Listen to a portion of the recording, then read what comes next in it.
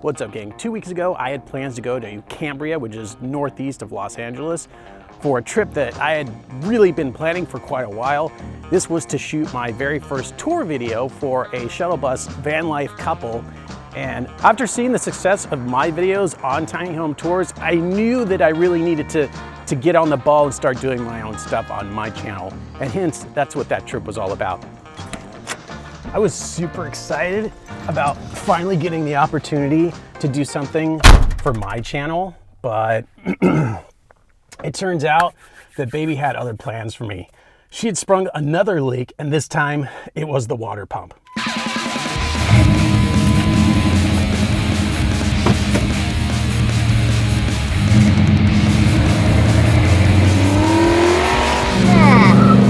I've got Lena.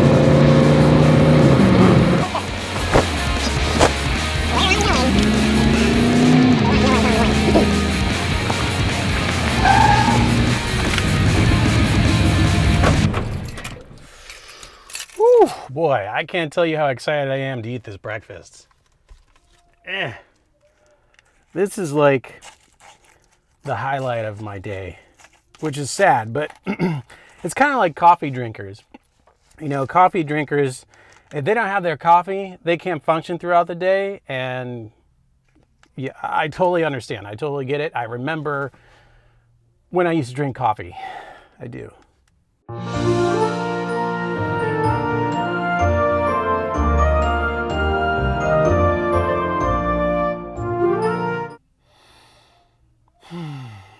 Anyways, well, so that little breakdown set me back about $400, which is a lot right now because I'm not really making that much money. I'm just basically kind of getting by. After the radiator failed, you know, like I said, costed me about $1,500 to replace that, get the air conditioning fixed, get the brakes taken care of.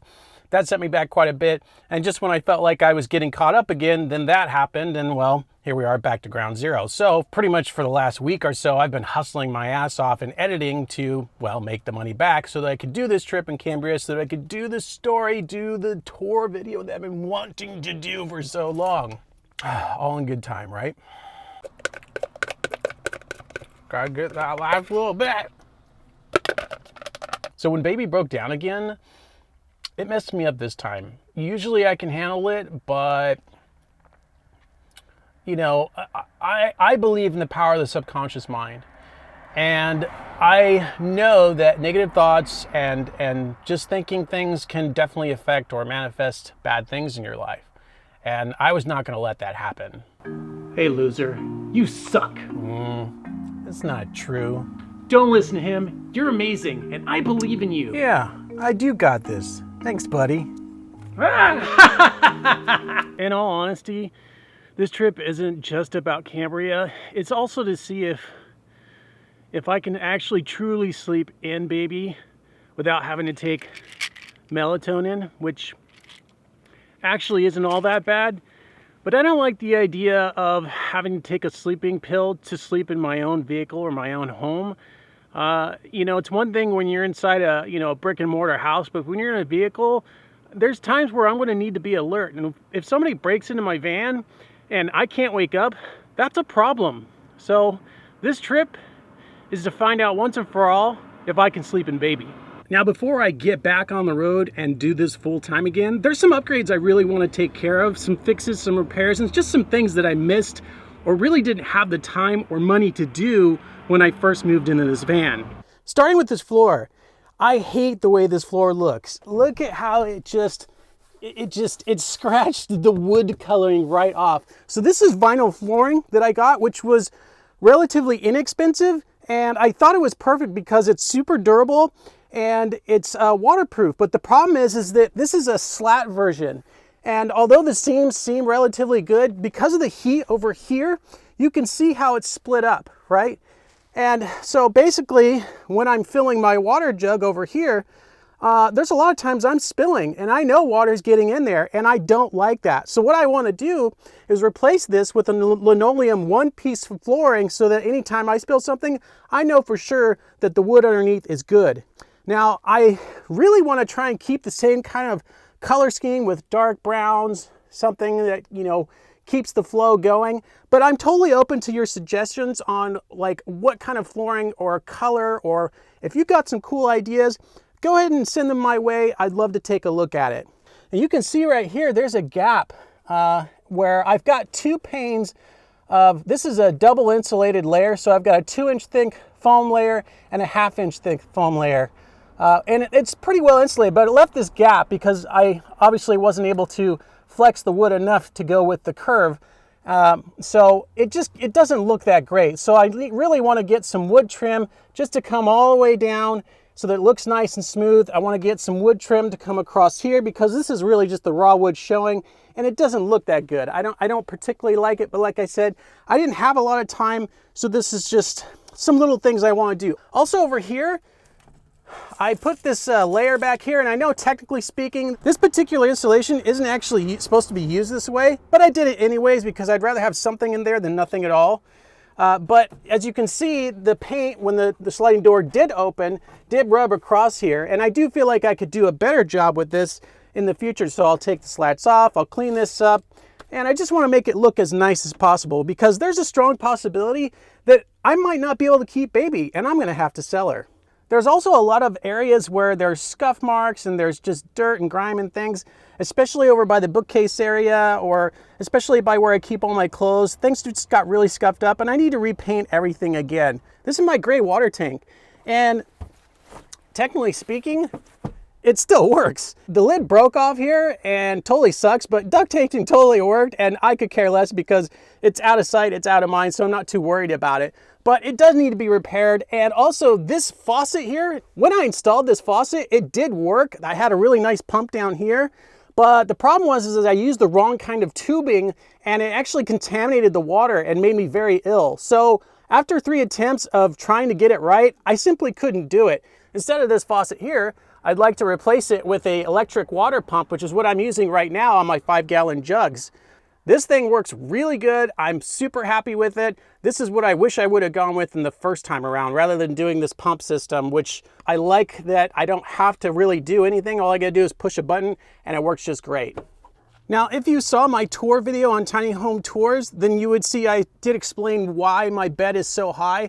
Really what it came down to is I have a lot of gear and I needed a place to put all this stuff. Well, as time has progressed, I didn't really need all that stuff and I ended up getting rid of a ton of it. So the height of this isn't really ideal, and I could potentially lower it maybe 2.5, possibly 3 inches.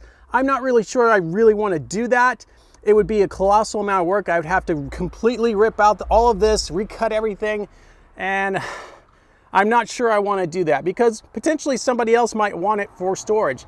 But I'd like your opinions. What do you guys think? Should I lower the bed just to make it a little bit more comfortable when you're lying on top of it? Or should I just let the next person worry about it? And now, of course, to the best part, which is the grill and the hood. Now, I have been wanting to fix this for the longest time. In fact, the first time that I saw this thing and I brought it home, I was like, this won't do. I've got to have something better than this. But of course, with time, money, I didn't have either, so I had to go. But this thing right here, look how janky this thing looks. This is ridiculous. I mean, I can't fix everything with Gorilla Tape. I mean, I can, but I don't want to. It just looks awful. I found a grill on Amazon for about 80 bucks. Seems like it'll be probably the easiest fix I have out of all of them. This paint definitely needs to get fixed. I hate the way it looks. I want to just go ahead and strip everything down all the way across and probably along the panel here as well. Just along this side, I'd like to get this all sanded down. I will be doing that here. As much as I wish I had a garage to work in, I don't. So I'm gonna have to do it outside. I'm gonna have to deal with the elements. But since we're in the desert, there's not a lot of things that really are flying around out here. So I think I'll be okay. If you have any suggestions, please, for the love of God, give me a shout out.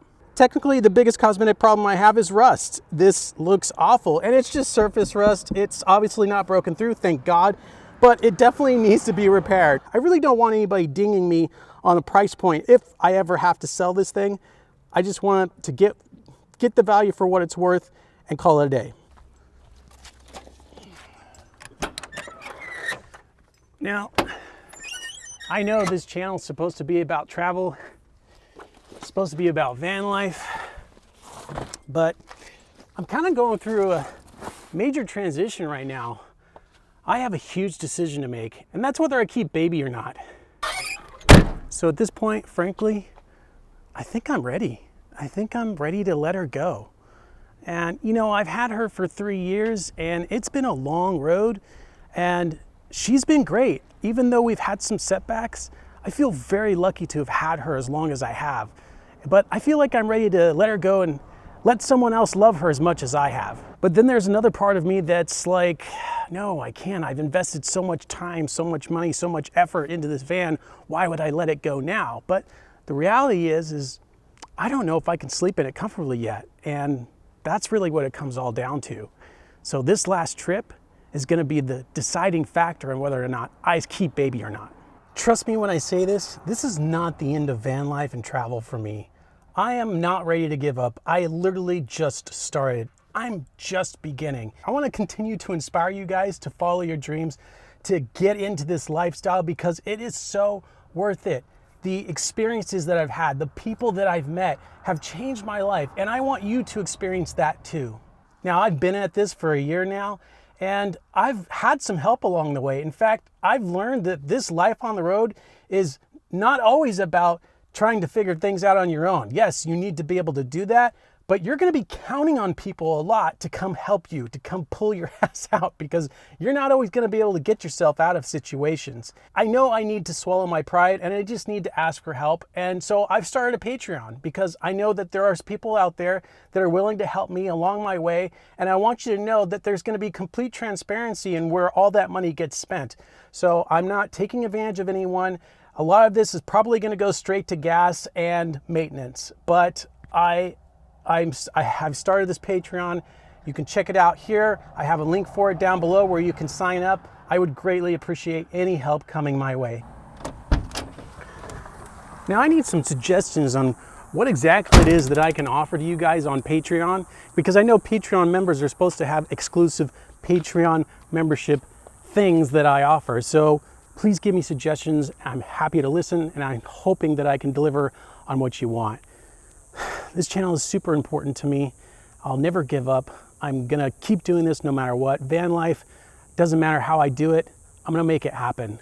So thank you so much for joining me on another episode, and I promise you in the future, very, very soon, I'll get back on the road again, and we'll make this happen together. But first, oh